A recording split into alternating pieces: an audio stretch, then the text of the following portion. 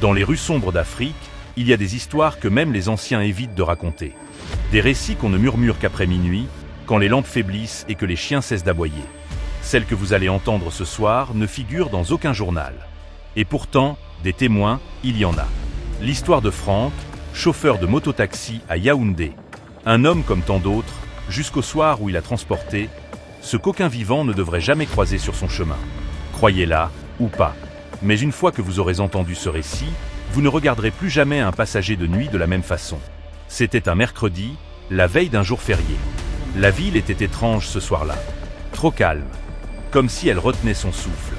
Il était 22h10 lorsque Franck, casque vissé sur la tête, attendait son dernier client au carrefour Eto'o-Ameki. Un silence pesant flottait dans l'air. Pas de vacarme habituel. Pas de rire. Juste le vrombissement discret de sa moto. Une jeune femme s'avance lentement depuis un coin mal éclairé. Robe blanche, longue, ancienne, presque démodée. Elle ne parle pas. Elle monte à l'arrière de la moto et murmure simplement. Vers le cimetière d'Etoudi. Franck hésita un peu. Ce quartier, à 7 heures, mais il ne dit rien. Il démarre. La route est droite, mais ce soir-là, elle n'allait mener nulle part. Plus ils avançaient, plus la ville semblait disparaître. Les lampadaires s'éteignaient un à un. Les rares voitures en sens inverse ne faisaient aucun bruit. Pas un souffle de vent, pas une voix. Seulement le son de la moto. Et un froid glacial qui montait dans le dos de Franck. Puis, sans prévenir, la passagère se met à fredonner une vieille chanson, une mélodie que Franck avait déjà entendue aux funérailles de sa propre grand-mère, 10 ans plus tôt.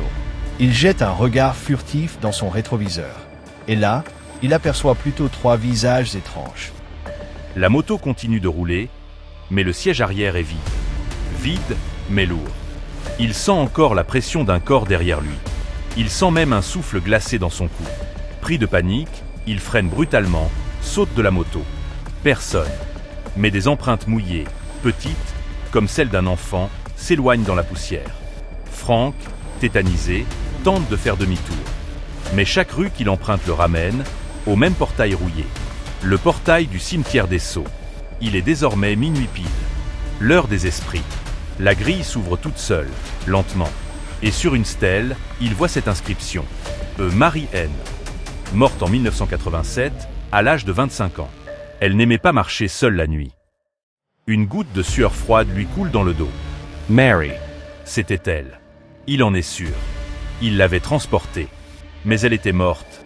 Depuis 36 ans. Franck est retrouvé le lendemain matin, évanoui sur sa moto, devant ce même cimetière. Depuis ce jour, il ne parle plus. Il vit reclus, les yeux dans le vide. Et chaque fois qu'on lui demande ce qu'il a vu cette nuit-là, il se contente de montrer du doigt le ciel. Mais parfois, à Yaoundé, des mototaxis jurent voir une femme en blanc, seule, qui attend au bord de la route. Elle murmure toujours la même destination, le cimetière d'Etoudi. Ce soir, si vous montez derrière une moto, regardez bien dans le rétroviseur. Parce que parfois, on transporte plus qu'un simple passager. Likez cette vidéo si vous avez eu des frissons. Abonnez-vous pour plus d'histoires vraies ou presque, que vous n'oublierez jamais. Et n'oubliez pas, fermez bien vos portes ce soir.